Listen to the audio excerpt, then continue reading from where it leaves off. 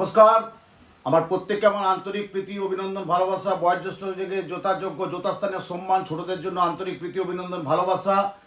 আজকে আমরা দেখতে দেখতে 2024 সালের শেষ জায়গায় এসে গেছি। আর মাত্র কয়েকটা দিন, তারপর আমরা পাচ্ছি নতুন বছর, নতুন সূর্য, নতুন পৃথিবী, 2025 সাল। তা 2025 সাল সম্পর্কে অনেকই বিশেষ তথ্য, বিশেষ কাউন্সিলিং করছে, আমিও করছি। এবং আমি যেটা বারবার বলেছি, আগেও আপনাদের সামনে বলেছি যে 2025 সাল সংখ্যাতত্ত্ব বিচারে কেমন যাবে, 2025 সাল কোন রাশির কতটা শুভ কতটা অশুভ, বা কোন রাশির সম্পর্কে ভালো যাবে, আমি টোটাল কিছু জিনিস আমি তুলে ধরেছি। কিন্তু আমি ব্যক্তিগত যেটা প্রত্যেককে রাশি, যেটা দেখুন জীবনে আমাদের প্রত্যেকটা মানুষের রাশি, লগ্ন, গণ, করণ, পায়া, গোত্র, নাম থাকবেই থাকবে। এবারে যারা বলবেন যে 70, 75, 80 ঊর্ধ্ব বা 65 ঊর্ধ্ব, 60 ঊর্ধ্ব মানুষ, তাদের রাশি লগ্ন হয়তো থাকে না। তার জন্য আমাদের পামিস্ট জ্যোতিষশাস্ত্রে, যেটা আমি বারবার বলেছি, পামিস্ট বিচার করতে হয়। ধরুন 65 ঊর্ধ্ব তো মানুষ, আমি খুব বাস্তবটা বলছি, যারা 65 ঊর্ধ্ব মানুষ তাদের হয়তো ডেট অফ বার্থটা নেই বা রাশি লগ্ন জানে না। তাদের কি 2025 সাল কতটা যাবে ভালো কতটা খারাপ তাদের কি জানার অধিকার নেই? নিশ্চয়ই থাকবে। সেটা জ্যোতিষশাস্ত্রী বলে দিতে পারে যে আপনার এই রাশি লগ্ন না থাকলেও হস্তরেখা, পামিস্ট, আয়ুরেখা, ভাগ্যরেখা, কর্মরেখা, চাকরি রেখা, আগামী দিনে আর কোনো ব্যবসা করবেন কি না, বা সাংসারিক কি আছে, সেটা টোটাল হস্তরেখার মাধ্যমে বলে দিয়ে যেতে পারা যায়। তা আজকে 2025 সাল যেটা আমি আলোচনা করব, যে আমি যেটা বারবার বলে থাকি, দেখুন আমি কর্মে কাজটা বিশ্বাস করি। কাজ করতে হবে, কাজ না করলে তো হবে না। এই যে এতগুলো মানুষের আমার প্রতি, এত বছর আমার প্রতি একটা যে মানুষের দায়বদ্ধতা, কর্তব্য যেটুকু আমি করে থাকি, আমরা বাজারে যাই, রাস্তায় যাই বা কোনো জায়গায় যাচ্ছি, জিনিসটা দেখতে ভালো, কি যতক্ষণ না আপনি কিনে ওটাকে বানাচ্ছেন, খাচ্ছেন, ততক্ষণ তো বুঝবেন ওর স্বাদটা কি। আমরা রাস্তায় যাই, দেখবেন আম গাছে আম খুব ভালো দেখছে, পেঁপে দেখছেন খুব ভালো, কিন্তু দেখছেন ভালো, কিন্তু যতক্ষণ না আপনি পেঁপেটা কিনছেন বা আমটা কিনছেন, যতক্ষণ না খাচ্ছেন, তার স্বাদ বুঝতে পারবেন না। তাহলে আমার কথা যেটা বাস্তব, যে আমি কর্মে বিশ্বাস করি, আমি কাজটা করি। আমি কাজটা করা এই কারণে, আমাকে এই জন্যে প্রচুর মানুষ আজকে কলকাতা তথা পশ্চিমবাংলার অনেক শিক্ষা এবং অনেক শুভবুদ্ধি সম্পূর্ণ মানুষ একটা জায়গায় আমাকে কমেন্ট করে, লাইক করে এবং ধন্যবাদ জানায়, কৃতজ্ঞতা জানায় যে শাস্ত্রীজি আপনি কাজ করেন।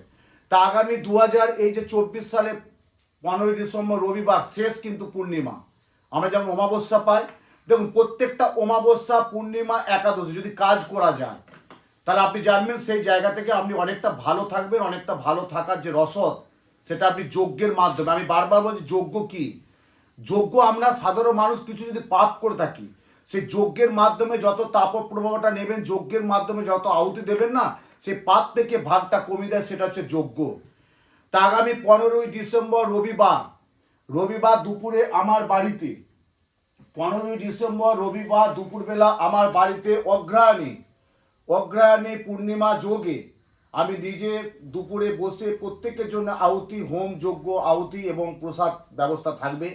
এবারে যে দোষা অন্তর্দশা আছে সেগুলোকে আমাকে টোটাল আগে চেম্বারে এসে কাউন্সিলিং করতে হবে এবং জানতে হবে যে কিসের জন্য যজ্ঞটা করাবে। কি ধরুন আমরা শত্রুতা, আপনার শরীর ভালো যাচ্ছে না, সামনে মাধ্যমিক উচ্চ মাধ্যমিক ছেলে মেয়েদের পরীক্ষা, সেই পরীক্ষার জন্য কি করতে হবে। এই যে পূর্ণিমার দিন আমি আগে একটা প্রোগ্রামে বলেছিলাম, অনেকেই দেখেছে, আজকে আমি আরেকবার বলছি, আপনাদের জন্য প্রত্যেকের জন্য বলছি, মায়েদের উদ্দেশ্যে অবশ্যই বলছি, মা, কাকিমা, জেঠিমা যারাই আছেন তাদের উদ্দেশ্যে বলছি, আপনাদের বাড়িতে যদি কেউ পরীক্ষার্থী থাকে, পূর্ণিমার দিন অবশ্যই একটু পায়েস খাওয়াবেন। পায়েস বলতে আমরা যেটা করে থাকি, গোবিন্দভোগের চাল এবং দুধ এবং কাজু কিশমিশ চিনি দিয়ে যেটা পায়েস তৈরি করে, সে পায়েস, কাজু কিশমিশ দিয়ে একটু পায়েস যদি এই পাথর বাটিতে খাওয়াতে পারেন সারা দিনের মধ্যে, বেলা 12টা থেকে রাত্রি 12টার মধ্যে, বেলা 12টা থেকে রাত্রি 12টার মধ্যে, দেখবেন সেই ছেলে বিদ্যা বুদ্ধি ফোকাসটা অনেকটা ভালো থাকবে। এবারে আপনারা প্রশ্ন করবেন, আমি জানলাম কি করে? আমি এত বছর বলে এসেছি, করে এসছে, অনেকেই কিন্তু সাফল্য পেয়েছে। শুভ কাজে কীভাবে যাবে সেটা জ্যোতিষশাস্ত্রের মাধ্যমে বলে দিলাম। দেখুন আমি একটা জিনিস বারে বারে যেটা বিশ্বাসী, আমরা কি করতে পারি, একটা বৃষ্টি হচ্ছে, প্রচণ্ড মুষলধারে বৃষ্টি, আপনি ছাতা নিয়ে গেছেন, আপনি কি বৃষ্টি পাবেন না? নিশ্চয়ই পাবেন। আপনি গায়ে বৃষ্টি পড়বে, মাথাটাও পড়বে, কিন্তু কিঞ্চিত হয়তো একটু আপনাকে বৃষ্টি থেকে আপনি ভালো থাকতে পারেন, ছাতাটা ধরে আছে। আপনার একটা গ্রহ দোষা জনিত, অন্তর্দশা জনিত বা বর্তমান প্রত্যন্ত দোষা, বিংশোত্তরী দোষায় আপনার কেতু রাহু শনি মঙ্গল বুধ যে গ্রহটায় আপনার প্রবলেম বা সমস্যা থাকুক না কেন, আপনি একটা অঘটনের মাধ্যমে যাচ্ছেন বা একটা দুর্ঘটনার কবলে পড়েছেন। দেখবেন আমার কাছে অনেকে এসেছে, বলছে বাবা দেখুন আপনার কাছে এসেছিলাম বা শাস্ত্রীজি আপনার কাছে এসেছিলাম, আপনি গাইডটা দিয়েছিলেন বলি হ্যাঁ এই গোটা হাতটা একটু হতো না আঙুলটা দিকে গেছে, বা শরীরে একটা বিরাট ব্যাঘাত অস্ত্রোপচার ছিল, সেটা না হয়ে একটু শারীরিক পাটা একটু ক্ষতি হয়েছে, কিন্তু হয়েছে আপনি বলেছিলেন যে এই টাইম থেকে এই টাইম একটা হবে, কিন্তু আপনার প্রতিকারটা পড়েছিলাম বলে হয়তো এইটার জন্য উদ্রে গেলাম। তা আমার কথা হচ্ছে এটা, এই যে 2025 সাল আমি বারবার বলেছি কোন রাশি, এটা কিন্তু ভালো করে একটু জানবেন 2025 সাল কোন রাশির কতটা শুভ কতটা অশুভ, এটা জাজমেন্টটা কি করে 2025 সালটা যে কোন রাশির শুভ কোন রাশির অশুভ, তাহলে আমাদের 9টা গ্রহ 12টা রাশি 27টা নক্ষত্র, তাহলে প্রত্যেকেরই গ্রহ নক্ষত্র রাশি লগ্ন তিথি গণ বার গোত্র থাকবেই থাকবেই থাকবেই, একটা অভিজ্ঞ জ্যোতিষীর পরামর্শ নিতে হবে। এবং যেটা বলেছি 2025 সাল সংখ্যা তত্ত্ব, আমি অনেক দিন আগে অনেক মাস 1 মাস 2 মাস আগেই প্রোগ্রাম আমি করে বলে এসেছি যে 2025 সাল সংখ্যা তত্ত্ব 2+0+2+5 5 আর 2 7 আর 2 9, অর্থাৎ মঙ্গল গ্রহ প্রবেশ করছে 2025 সাল। আমি ওভারঅল কিছু বলেছি, এবার আমি প্রত্যেকটা রাশি লগ্ন অনুযায়ী বলবো, সেটা পরের প্রোগ্রামটা আপনারা দেখতে থাকুন।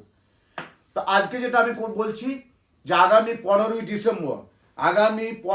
ডিসেম্বর রবিবার দুপুরে অগ্রহায়ণী পূর্ণিমা যোগে পবিত্র বেদ মন্ত্র উচ্চারণে সনাতন ধর্মশাস্ত্র অনুযায়ী 2024 সালের শেষ পূর্ণিমা যোগে বেহালা আমার নিজ মহারাজ রাজেশ্বরী মন্দিরে প্রত্যেকের জন্য নাম গোত্র পুজো পাঠ হোমযজ্ঞের আয়োজন করেছি। আপনাদের প্রত্যেককে আমি সকলকে স্বাগত জানাচ্ছি। এবং 2025 সালে এটাই শেষ পূর্ণিমা, 2024 সালে এটাই শেষ পূর্ণিমা। এই পূর্ণিমা যোগে যদি আপনার যায়, ব্যবসার জন্য ধনদা ভাগ্যলক্ষ্মী, শারীরিকের জন্য মহামৃত্যুঞ্জয়, ছেলে মেয়েদের জন্য বিদ্যাপতির জন্য মহানীল সরস্বতী কবচ, এবং শরীরের জন্য মহামৃত্যুঞ্জয়, গুপ্ত শত্রু পরাত্মের শত্রু ক্ষতি করছে তার জন্য বগলামুখী যদি ক্রিয়া করতে পারেন, এবং স্বামী স্ত্রীর মধ্যে একটা অঘটন একটা মত পার্থক্য একটা মতবিরোধ তার জন্য একটা ক্রিয়া করতে হবে, এবং বাস্তু দোষ। দেখুন যাই করি বাস্তুতেই সব, আপনি মেয়ের দেখাশোনা যাবেন, ছেলের কোনো কাজে শুভ দেখাশোনা যাবেন বিবাহের জন্য, বা কোনো একটা আমি ফ্ল্যাট কিনতে যাবেন, কোনো একটা জমি কিনতে যাবেন, কোনো একটা গাড়ি কিনতে যাবেন, কোনো জব চেঞ্জ করবেন, বা কোনো আপনার একটা অফিসিয়ালি প্রমোশন দিকে দিকে যাবেন, বা আপনার বাড়িতে কোনো একটা শুভ গৃহপ্রবেশ করবেন, যা কিছু করতে হয় কিন্তু বাস্তুতেই, তাহলে বাস্তু দোষটা আগে কাটাতে হয়। তা আমার কাছে প্রচুর আসে, আমার এই 15 তারিখে বাঁকুড়া জেলা থেকে আমার 2-4 জন আসবে, অনেকে দূর দূরান্ত থেকে আসবে যে শাস্ত্রী যে আমি এই দিনটা কাজে লাগাবো, এই দিনটা আমি কাজ করাবো, আপনার হাত দিয়ে কাজটা আমি করাবো। দেখুন আমি জ্যোতিষ জগতে এতটা বছর প্রতিনিয়ত আছি, এবং আপনাদেরকে সেইভাবে আমি তথ্যটা তুলে ধরি, এবং সেই তথ্যের মাধ্যমে আপনারা কতটা উপকৃত পাবেন বা কতটা উপকৃত থাকা যায় তার দায়বদ্ধতা কিন্তু আমাকে জ্যোতিষ হিসাবে একজন নিতে হয়। যেটা বাস্তব সেটা ধ্রুব, যেটা বাস্তব সেটা চিরন্তন, যেটা বাস্তব সেটা সঠিক একদম। তাই প্রত্যেকেই ভালো থাকুন, সুস্থ থাকুন। আগামী 15ই ডিসেম্বর রবিবার অগ্রহায়ণী পূর্ণিমা যোগে রবিবার দুপুরে আমার বাড়িতে প্রত্যেককে শান্তি মঙ্গল কামনায় মহাযজ্ঞ করব। সুস্থ থাকুন, ভালো থাকুন। জয় মা, জয় মা, জয় মা, জয় মা।